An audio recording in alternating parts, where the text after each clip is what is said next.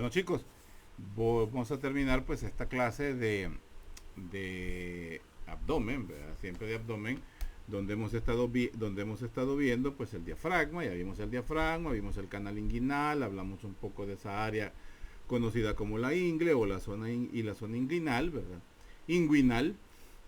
Y vamos a terminar con la última parte, que es las hernias. O sea, todo el preámbulo donde hablamos del canal inguinal, cómo está conformado, cómo son sus refuerzos, quiénes lo conforman, las aponeurosis de quienes están involucrados, ¿verdad? La aponeurosis del músculo oblicuo externo con la fascia transversalis, cómo está reforzado por el tendón conjunto por la parte posterior, que está conformado pues por la aponeurosis del oblicuo interno, y, y los anillos inguinales, tanto externo, tanto profundo como superficial, que son el acceso al canal inguinal. Este preámbulo es para poder entender cómo es que se dan las hernias. Entonces, para poderlo entender, como defectos, las hernias inguinales, ojo con eso, porque ya les explicaba que hay diferentes tipos de hernias, pero en este caso vamos a darle mayor énfasis, no, darle énfasis realmente a las hernias inguinales, porque están relacionadas con defectos en la pared, específicamente en la permeabilidad o en la debilidad que existe en el canal inguinal. Entonces, por eso es que le dimos un preámbulo y terminamos pues con esta parte de las hernias. Posiblemente pues esta temática no puede ser práctica para ustedes, pues por el hecho de hacer ya temas de cirugía, pero sí es importante conocer en condiciones normales cómo está el canal inguinal, el contenido del canal inguinal, o sea, el contenido normal del canal inguinal, pero también hay que tomar en cuenta que defectos en este canal, o defectos en las paredes, o defectos en las aponeurosis que están involucradas en esta zona, de la zona inguinal, pueden dar paso a la formación de hernias inguinales. Entonces, en este punto, pues retomamos la clase, y es la recta final de la clase, para que nos vaya quedando nada más en relación a abdomen la siguiente clase, que es irrigación abdominal, y la parte última, que son las vísceras abdominales. Entonces vamos a continuar hablando pues sobre las hernias, ¿verdad? Permítanme.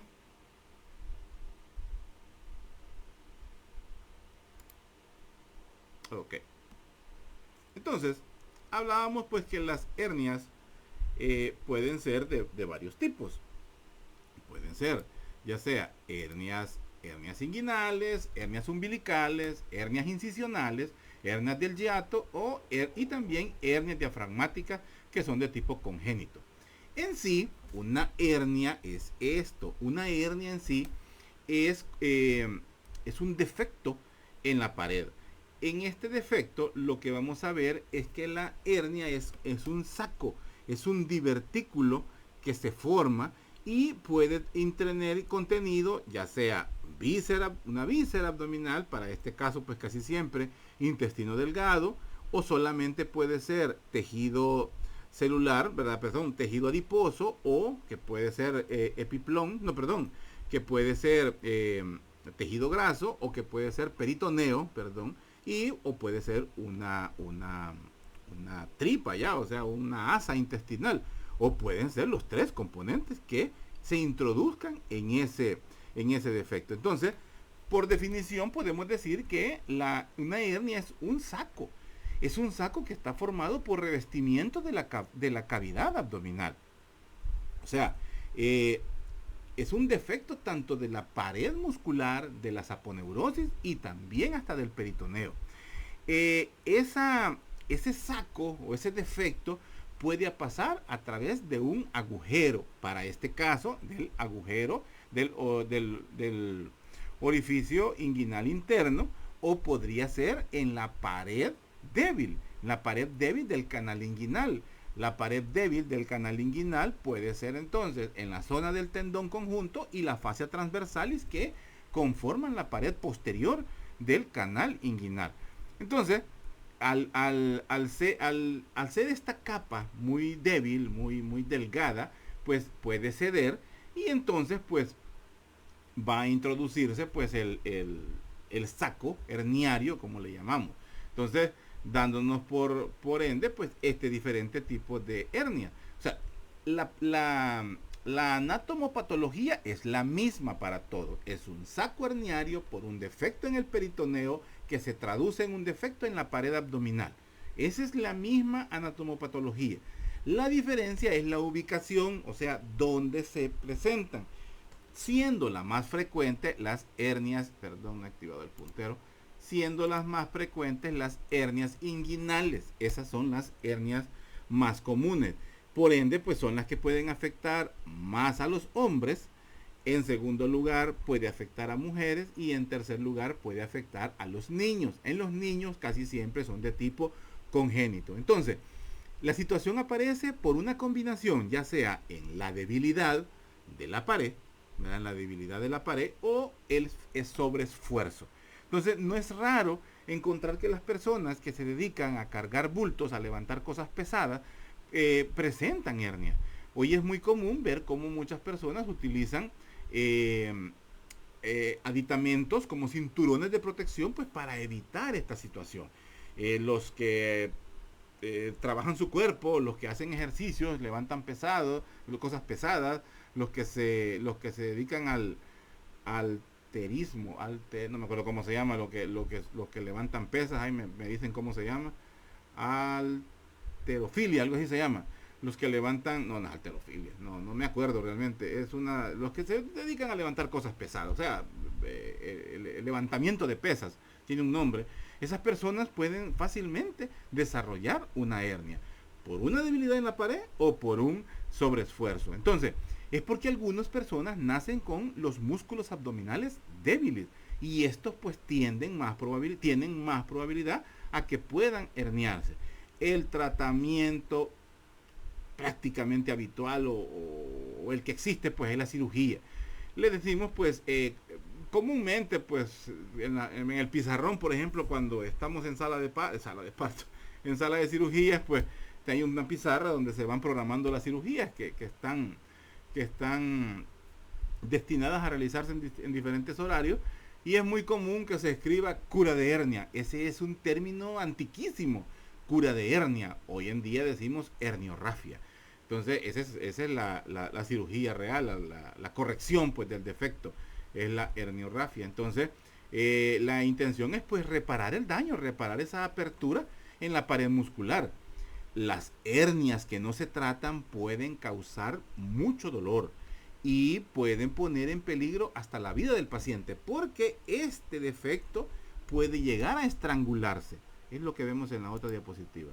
Aquí vemos, estos son las diferentes etapas de una hernia. En una donde solo tenemos tejido graso y parte posiblemente de peritoneo, que es lo que está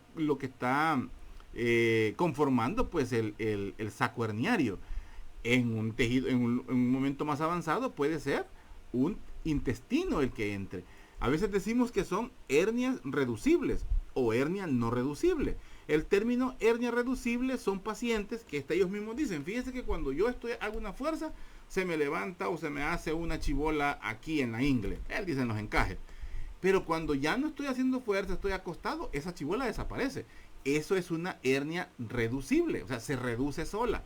Pero existen las hernias no reducibles, la que ya quedó, la tripa, por decir así, discúlpeme la palabra, pero se me hace más fácil, vea, queda ya el asa intestinal atrapada, a esa le llamamos intestino encarcelado, o sea, quedó encarcelada, ya no regresa, pero todavía mantiene peristaltismo, todavía es funcional. Si ponemos el estetoscopio en ese defecto, en ese saco, en esa zona herniada, ponemos el estetoscopio, vamos a escuchar el peristaltismo, o sea, los ruidos intestinales. Es decir, que el intestino encarcelado pues está viable, pero puede llegar a esta situación y es el intestino estrangulado.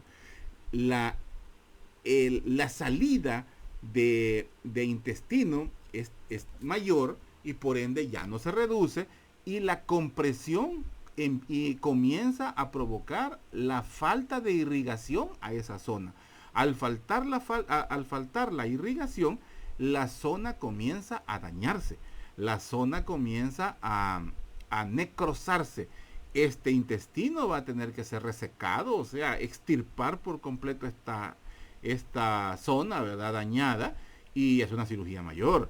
Pero podría darse el caso que esto, pues, además de necrosarse, comience a producir pus, ¿verdad? Comience a hacerse una sepsis, y una sepsis provoca una septicemia, y esto va a entrar pus al tejido sanguíneo, y eso puede poner en peligro la vida del paciente o lo puede matar. Entonces, pues, es una situación completamente quirúrgica. La situación antes solo se hacía reparo de la zona dañada, se extirpaba o se regresaba. Por ejemplo, en este caso solo se vuelve a meter, por decir así, hacia el peritoneo, se hace el reparo en el peritoneo y reparo en la pared. Sencillo, con más que todo se utilizan hilos a base de nylon. Pero con el tiempo, pues ahora se utilizan parches, ¿verdad? Que son tejidos que favorecen el crecimiento de tejido en la zona y le dan un refuerzo a esto. Se llaman mallas, las mallas Marley. Entonces son las que se utilizan para el reparo de las hernias. Pero eso ustedes lo van a ver en cirugía, no nos vamos a meter más. Pero como cultura general, y si tienen más dudas me preguntan, que yo con gusto pues les explico. Entonces hablemos en sí pues de las hernias inguinales. El canal inguinal pues está diseñado para que las debilidades en la pared abdominal anterior causadas por los anillos inguinales sean toleradas. O sea, en condiciones normales esto no debería pasar. El problema es, como ya lo dije, el sobreesfuerzo, o que el paciente nace con una pared o con unos músculos de la pared intestinal pues un tanto débiles, y eso pues va a provocar que haya una dificultad en esa zona. Entonces, esa debilidad o esa situación nos da el problema de una potencial sitio de herniación. Una hernia inguinal involucra la protrusión, o sea, la salida de una víscera a través de los tejidos de la región inguinal en la pared abdominal. Eso es en sí la definición de una hernia inguinal. O sea, una protrusión de una víscera, posiblemente no solo la víscera, puede ser solo tejido celular subcutáneo, o sea, grasa, ¿verdad?, que se introduce a través del anillo inguinal profundo o a través de la pared posterior del canal inguinal. O sea, un defecto en la fascia transversales y en el tendón conjunto, que es el que le da el refuerzo a la parte posterior del canal inguinal. Okay.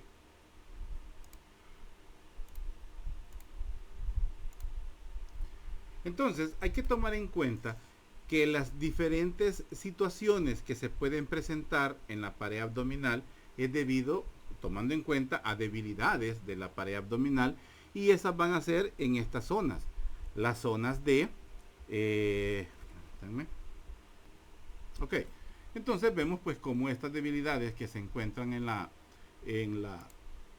pared abdominal pues forman parte de la anatomopatología de esta situación de las hernias. Entonces vamos a ver que hay diferentes lugares. La fosa inguinal lateral, ¿va? Es una de las zonas que puede tener una debilidad, y es esta zona que encontramos acá.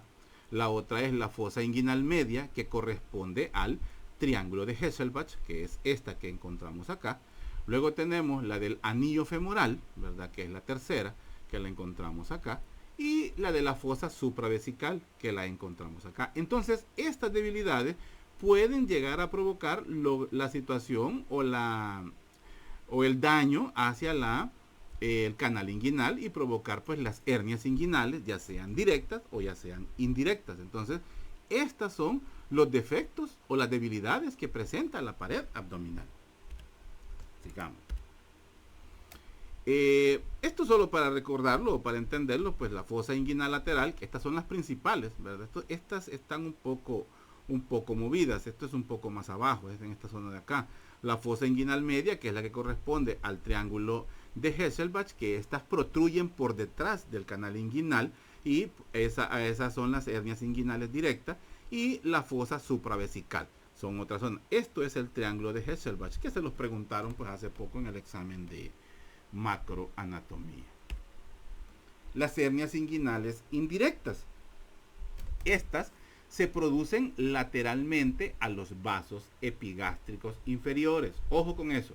Se pueden deber a persistencia congénita anormal del proceso vaginal. El proceso vaginal es parte, es un receso, es una túnica que, normalmente el receso se convierte en la túnica vaginal, pero como receso puede mantenerse, y este receso es parte del peritoneo, es parte de las fascias propias de los músculos que se introducen en la zona que se conoce como gobernáculo, y es donde desciende el testículo, porque si estos problemas son más frecuentes pues en los hombres.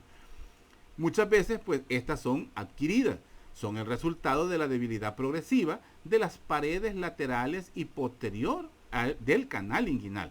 Tienen que pasar por el anillo profundo. Esa es la característica de las hernias inguinales indirectas, que protruyen a través del anillo inguinal profundo. Esa es la característica. Entonces, vemos que esto es el anillo inguinal profundo. Si esta túnica, esto que vemos acá es la persistencia de la túnica vaginal, por esta zona es que pueden protruir las hernias inguinales. Se introducen por el anillo inguinal profundo y pueden aparecer en el anillo inguinal superficial. Y el defecto o el saco herniario pues se ve en la zona pues de la ingle, como lo vemos aquí. Esto es un saco herniario. Esta es una hernia inguinal indirecta, porque protruye a través del anillo inguinal profundo. Normalmente cuando uno examina, introduce un dedo en esta zona, y si lo encontramos ocupado, pues entonces sabemos que por ahí está protruyendo. Se puede ver de esta forma, ¿verdad? Así se ven las hernias inguinales. Más frecuentemente, a veces estas que son por defectos, se ven en los niños, en recién nacidos, y se puede llegar hasta el testículo y verse de esta forma. Al poner el estetoscopio en esta zona, en los testículos de este niño, por ejemplo, vamos a encontrar que hay peristaltismo. Es difícil que éstas se estrangulen, porque como la misma situación de desarrollo de los niños, pues hace que pueda estar ahí presente.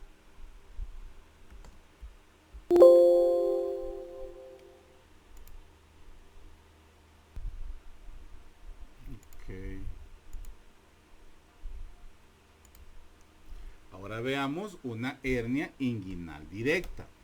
Esta se presenta medial a los vasos epigástricos inferiores. Son siempre adquiridas, es decir, estas no tienen que ver directamente con un defecto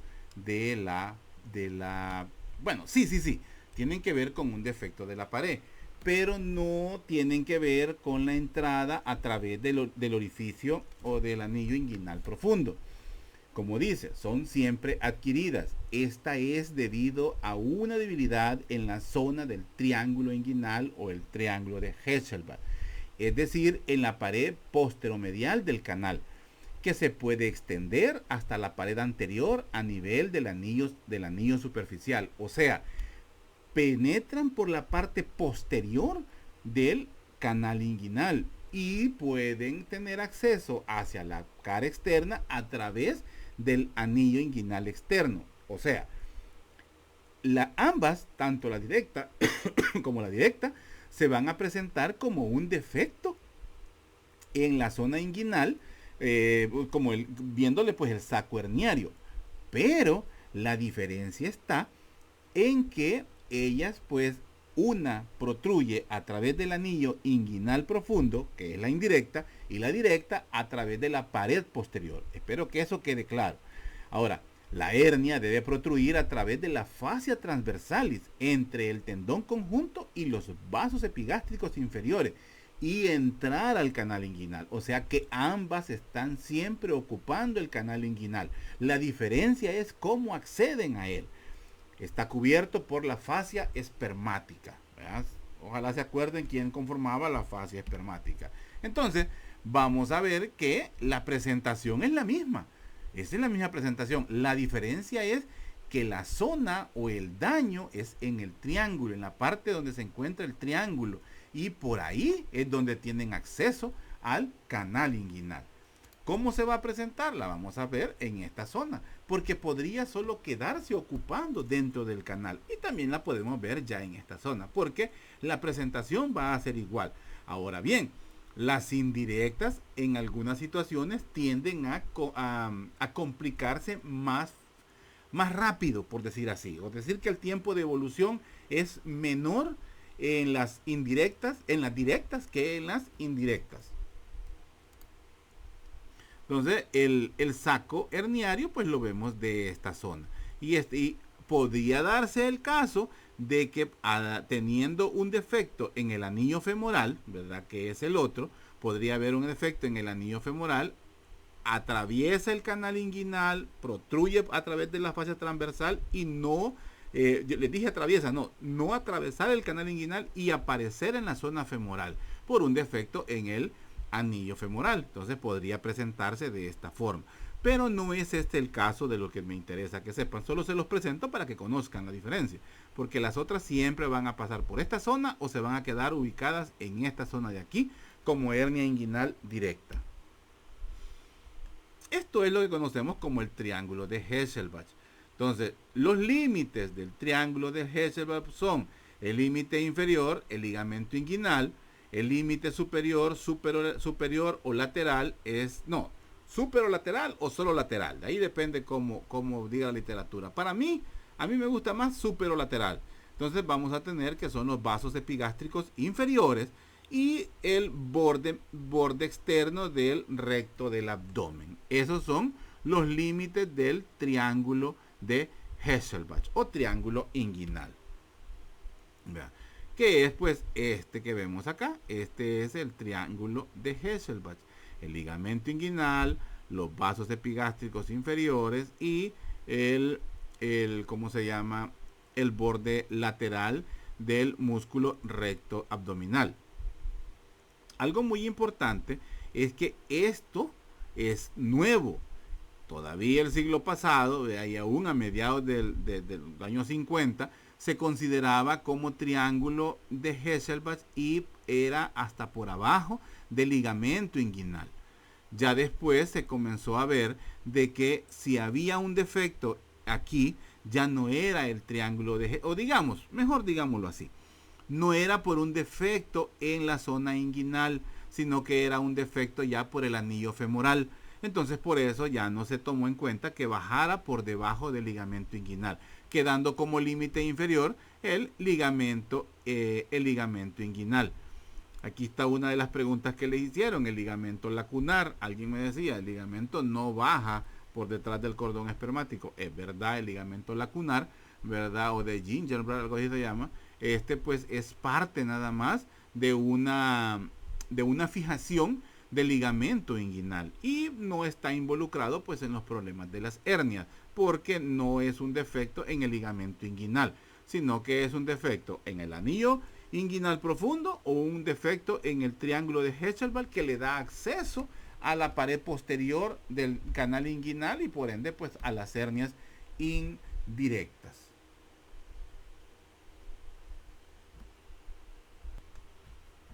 Y bueno, yo creo que ya es poco lo que falta. Permítanme. Sí, estas son las otras hernias de las que hablábamos. Las hernias por defecto en el anillo femoral, que podría confundirse con una hernia inguinal directa. Las hernias inguinales, ¿verdad? Que pueden ubicarse en esta zona. Algunas pueden llegar hasta el testículo, ¿verdad? Las hernias inguinales. Las hernias de Spigelian son unas especiales. Las hernias incisionales que se dan cerca de zonas donde el paciente ha sido operado, más que todo, por ejemplo, en la zona de las heridas de la herida quirúrgica o de la cicatriz quirúrgica de una ¿cómo se llama? Una apendicectomía, ¿verdad? Puede ser que quede un defecto a la hora del cierre durante la cirugía y puede provocar una hernia en esta zona. Las hernias umbilicales, las hernias epigástricas, las hernias diafragmáticas también, que estas ya son congénitas, son por daños en el cierre del diafragma, y las hernias del hiato también, que estas hernias del hiato son hernias en el hiato esofágico. El hiato esofágico tiende a ser más grande y parte del estómago tiende a subir hacia la zona de la cavidad torácica y es una hernia del hiato. ¿Qué más me falta? Bueno, una hernia umbilical, se ven los niños más que todo, vean los niños que tienen un defecto en el cierre de la pared anterior del abdomen y en la zona del cordón umbilical, en esa zona pues hacen una hernia y es la hernia umbilical. Y bueno, hasta ahí la clase, jóvenes, ¿verdad? Ya les decía, era bien poco lo que me hacía falta para terminar la clase. Quedamos hasta aquí.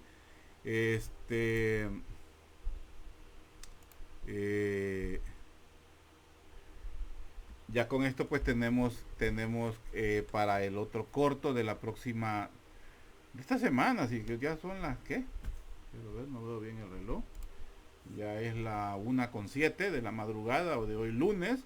A las 6 de la tarde pues les estoy haciendo el corto que corresponde a la pared abdominal, donde vamos a hablar pues de los músculos, de la saponeurosis, de la conformación de la pared anterolateral, de la pared posterior del abdomen, de las inserciones ya le estoy tirando preguntas, de las inserciones de la fascia toracolumbar, ¿qué más? Bueno, vamos a ver ahí cómo está la inervación, más que todo esos músculos, que hay algunas diferencias en la irrigación también de los músculos, se parecen bastante. Eso más que todo, orígenes, inserciones, funciones. De eso vamos a hablar. Entonces, de la vaina de los rectos, de la línea alba, qué músculo tensa la línea alba, por ejemplo. Preguntas así va a ser el corto. Así es que, pero salgan bien. Y bueno, pronto en esta semana pues comienzo a subir la siguiente parte de ¿cómo se llama esta? Irrigación de la pared, de la irrigación de las estructuras abdominales, la irrigación de la cavidad abdominal. Así es que hasta ahí nos quedamos con esta clase. Estudien bastante, por favor. Necesito que salgan mucho mejor. Fíjense que tenía planeado subir las notas, no sé si me dieron acceso o a mí se me fue, realmente no sé. Mañana voy a ver qué pasó, porque no, la verdad yo no revisé ayer, se me fue la onda, no tuve chance. Este día pues madrugué hacia la capital y ya pues no pude hacer mayor cosa y hace poco vine y estoy terminando esto, así que bueno, nos vamos a quedar así. Tal vez hay algún error por ahí, espero que no. Si no, pues me lo hacen saber. Hace poco bueno, no viene al caso. Quedamos así, cuídense, estudien y seguimos en pendientes. Nos vemos, bueno, nos comunicamos, por decir así, a las 6 de la tarde para que realicen pues su corto de pared abdominal. Cuídense mucho, buen día, buen lunes, buena semana. Estudien mucho, ya estamos casi al final del ciclo, así es que démosle con todo, jóvenes.